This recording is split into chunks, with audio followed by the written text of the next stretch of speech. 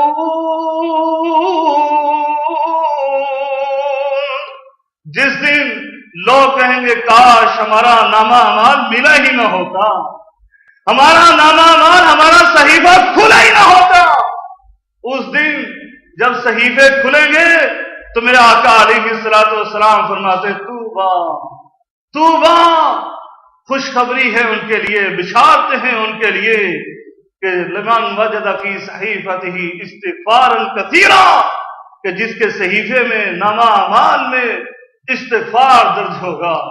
بھائیو، دنیا میں اتنی نعمتیں بھی لی، اپنے گناہوں کی مغفرت بھی حاصل کی، بخشش کا سرٹیفکیٹ بھی مل گیا، اور ساتھ ساتھ کل قیامت کے دن بشارتیں ہی بشارتیں ہیں۔ کیسی بشارتیں ہیں؟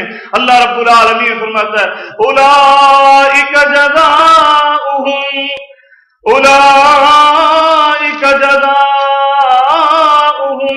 مغفرۃ من ربہم وجنات تجری من تحتها الانہار خالدین فیہا ونعم اجر العاملین۔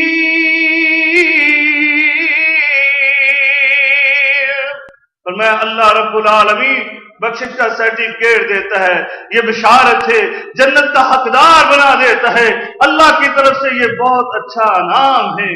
اللہ اکبر، اللہ اکبر۔ بھائیو، اس دنیا میں بھی ہم چاہتے ہیں اچھی زندگی گزار کر جائیں، جیسے ہم نے بیان کیا سورہ نوح کی روشنی میں، اللہ مال بھی دیتا ہے، اولاد بھی دیتا ہے، پراپرٹی جائیداد کا مالک بھی بنا دیتا ہے، لیکن اس کے باوجود آپ دیکھتے ہیں لوگ پریشان ہیں۔ یعنی مال ہے تب بھی پریشانی، اس کو کوئی اور پریشانی ہے، مال کی پریشانی نہیں تو کوئی اور، اولاد ہے نرینہ اولاد، اولاد کی پریشانی، اولاد ہی اس کے لیے وبال جان بن گئی۔ اور میں پراپرٹی جائیداد زمینیں بسا اوقات تو وہ قتل کا باعث بن جاتی، ایسی پراپرٹی جائیداد، پر میں پریشانیاں ہی پریشانیاں۔ لیکن اگر دنیا میں تم ان ساری نعمتوں کے ساتھ اطمینان بخش زندگی چاہتے ہو، مال بھی ہو، اولاد بھی ہو، پراپرٹی جائیداد بھی ہو، اور ساتھ ساتھ اطمینان قلب بھی ہو، تو فرمایا پھر بھی یہی نسخہ کیمیا ہے، استغفار کرنا شروع کر دو، ان ساری پریشانیوں سے اللہ تمہیں محفوظ فرما دے گا، اچھی زندگی عطا فرما دے گا۔ میرے آقا علیہ الصلوۃ والسلام کی زبان سے قرآن کے اندر یہ الفاظ فرمائے گئے، فرمایا وَانِسْتَغْفِرُوا رَبَّكُمْ ثُمَّ تُوبُوا إِلَيْهِ وَانِسْتَغْفِرُوا رَبَّكُمْ ثُمَّ تُوبُوا إِلَيْهِ يُمَتِّعْكُمْ مَتَاعًا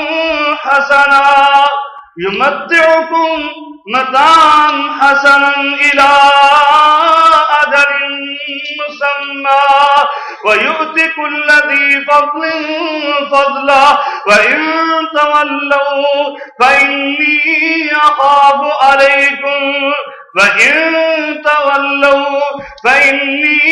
أَخَافُ عَلَيْكُمْ عَذَابَ يَوْمٍ كَبِيرٍ۔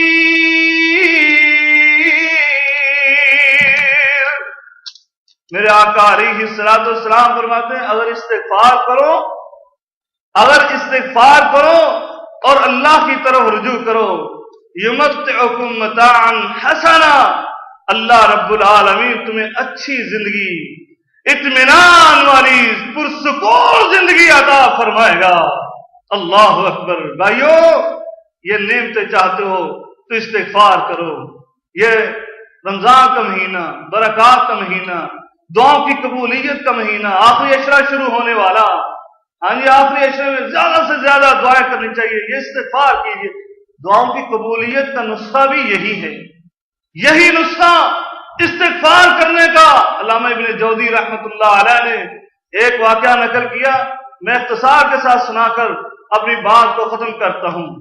امام احمد بن حنبل رحمۃ اللہ علیہ، ان کا واقعہ ہے، سفر میں گئے، رات پڑ گئی، ایک مسجد میں آپ نے سونے کے لیے لیٹ گئے۔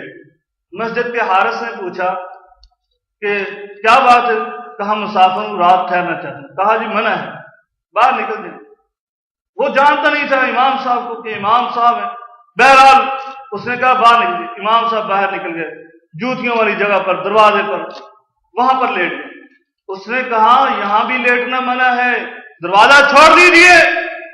کہا بھائی مجھے سو لینے دو، میں مسافر ہوں۔ کہا نہیں اٹھو گے؟ آپ کے پاؤں سے پکڑ لیا، گھسیٹنے لگا، روڈ پر لے گیا۔ سامنے ایک تندور والے کی خباز کی دکان تھی۔ اس نے دیکھا ایک معزز سا انسان اور اس کو مسجد کا حارس کیسے پاؤں پر پکڑ کر گھسیٹ رہا ہے۔ اس نے آگے بڑھا، اس نے کہا چھوڑو بھائی چھوڑو۔ کہا کیا بات ہے؟ کہا مسافر ہوں، سونے نہیں دے رہا، آرام کرنا چاہتا۔ کہا آ جاؤ میری دکان پہ آ جاؤ، وہیں پر میں آرام کرتا ہوں، میرے ساتھ آپ بھی آرام کیجیے۔ لے گیا اپنی دکان۔ وہ صبح کے آٹے کی تیاری کر رہا تھا۔ امام صاحب لیٹ گئے، لیکن کیا سنتے ہیں؟ بار بار وہ استغفر اللہ استغفر اللہ استغفر اللہ ذکر میں مشغول ہے۔ رات بھر وہ ایسے کرتا ہے۔ صبح ہوئی، صبح کو امام صاحب نے اس سے پوچھا کہ بھائی یہ کیا بات ہے، تھکتے نہیں ہو؟ ساری رات تم استغفر اللہ استغفر اللہ۔ کہا میری عادت بن چکی ہے، عادت بن چکی۔ کہا کہ اس کے کچھ ثمرات بھی حاصل ہوئے؟ کہا بڑے ثمرات حاصل ہوئے۔ یقین جانے اے حضرت صاحب، میری دلی کوئی خواہش ایسی نہیں جو اللہ نے پوری نہ کی ہو۔ اللہ رب العالمین نے میری ہر دعا کو قبول کیا سوائے ایک دعا کے، سوائے ایک دعا کے۔ ایک خواہش پوری نہیں ہو رہی۔ کہا وہ کون سی ہے؟ کہا میرا دل چاہتا ہے کاش میں اپنی زندگی میں اس وقت کے امام احمد بن حنبل کو اپنی نظروں سے دیکھ لوں۔ اللہ اکبر۔ امام کہنے لگے او اللہ کے بندے، تیری اس استغفار کی برکت سے اللہ نے مجھے پاؤں سے گھسیٹتے ہوئے تیرے پاس لے آیا، میں ہی احمد بن حنبل۔ اللہ اکبر۔ اللہ رب العالمین سے دعا ہے کہ اللہ تعالی ہمیں بھی توبہ استغفار کرنے کی توفیق عنایت فرمائے اور ان فوائد ثمرات کو حاصل کرنے کی توفیق عنایت فرمائے۔ وآخر دعوانا الحمدللہ رب العالمین۔ یہ تھے جناب حافظ سید حبیب اللہ بخاری صاحب، اللہ تعالیٰ ان کو ایمان اور صحت کے ساتھ راضی عمر عطا فرمائے۔ بڑے پیارے ہی انداز میں کتاب و سنت کی دعوت اور اس میں توبہ استغفار کا ہمیں بتا رہے تھے۔ حقیقت بات یہ ہے کہ روزے اور توبہ استغفار کا بڑا ہی گہرا تعلق ہے۔ اب میں یہی کہوں گا کہ انسان اس ذات سے مانگ جو کسی کی محتاج نہیں، اے انسان اس ذات سے مانگ جو کسی کی محتاج نہیں ہے۔ اب بڑے ہی اختصار کے ساتھ حافظ صاحب سے گزارش کروں گا کہ یہ دعا کروا دیں، اور دعا کے بعد یہ سامنے تعلیم الخاص، ادارہ تعلیم الخاص، یہاں پہ آپ کے لیے افطاری کا بندوبست کیا گیا ہے۔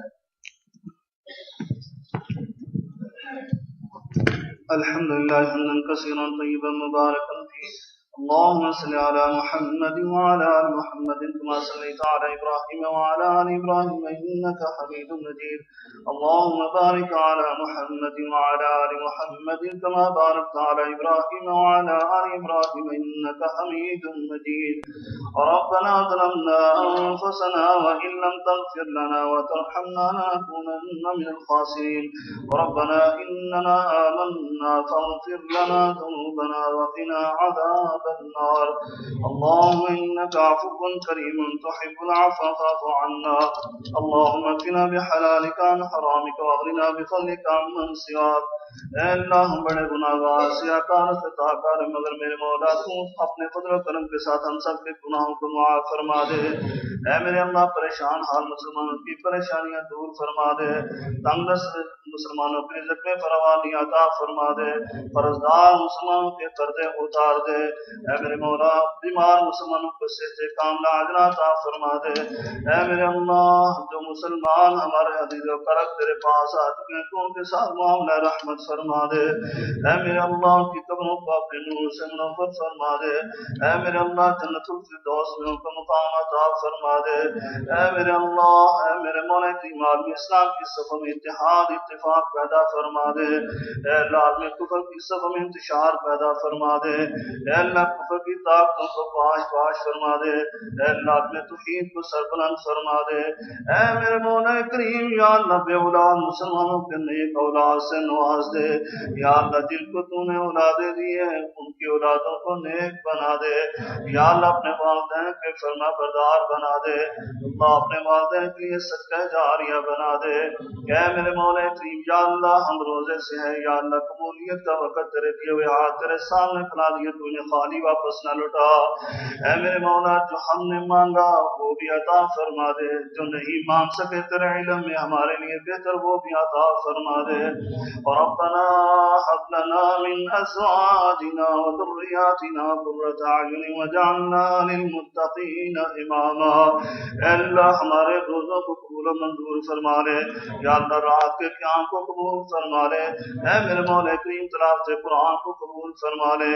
ربنا آتنا فی الدنیا حسنة وفی الآخرة حسنة وقنا عذاب النار.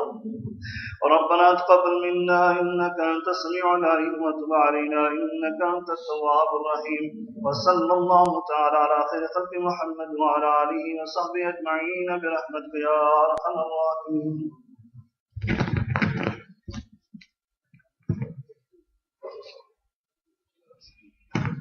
جی لیڈیز کا اوپر افطاری کا انتظام کیا گیا ہے اور وہیں نماز کا ہے اور